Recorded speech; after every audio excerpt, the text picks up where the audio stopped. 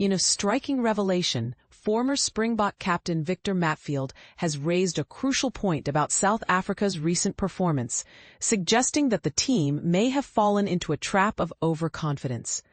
Following their unexpected 38-22 loss to Australia at Ellis Park, Matfield emphasized the importance of humility and self-awareness for the Springboks, reminding everyone that they are not on the same level as New Zealand or Ireland. Matfield, who boasts an impressive record of 127 caps for the Springboks and was instrumental in their 2007 Rugby World Cup victory, reflected on the similarities he saw between the current team and his own dominant Bulls squad. However, he pointed out a significant flaw.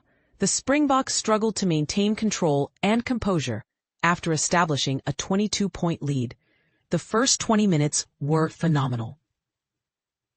It felt like we were playing at a different level, Matfield shared during an episode of Rivals, the podcast with John Kirwan.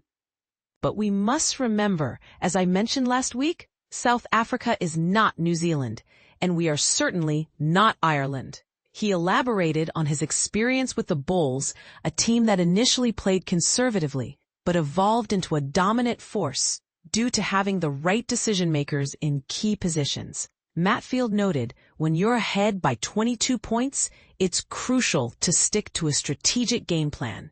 Instead of playing conservatively, we opted to kick into the corners, which was a puzzling choice. The Rugby Championship match showcased South Africa's ability to play expansively, with Matfield praising their attacking style in the first half.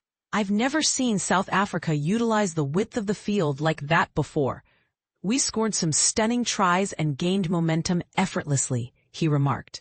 However, he drew an analogy from cycling, stating, in cycling, there's a saying that you only have a limited number of matches to burn, regardless of your fitness level. As South Africans, we need to be strategic about how we use our matches. Matfield suggested that perhaps the team's overconfidence led them to play too much rugby after taking a commanding lead. We didn't need to play aggressively. We could have simply kicked behind the Australian defense. They currently lack the capability to threaten us from their own 22. He compared Australia's current state to the early days of Rassie Erasmus's tenure with the Springboks, noting that while they are disciplined and capitalize on mistakes, they are not yet a formidable threat. By playing too much rugby in the second half, we handed them turnovers and opportunities, which shifted the pressure onto us, leading to our downfall. Matfield also pointed out that the issues at play were not solely tactical, but also structural, questioning the selection strategy employed by the Springbok management. I'm addressing the issue of overconfidence, which may even extend to our fans and former players. We all have faith in Rassie's approach and the squad he has assembled. He recounted a conversation with George Gregan where they discussed the idea of selecting 5 different teams. Matfield expressed skepticism about this approach, advocating instead for a focus on assembling the best possible squad for crucial matches. For instance, how can you have Handré Pollard, a 2-time World Cup winner, not at least on the bench against Australia? Manie Libbok performed admirably in the first half, but when the pressure mounted, we needed a calming presence like Handré. He continued, at 22-12, we were in a position where we didn't need to play expansive rugby.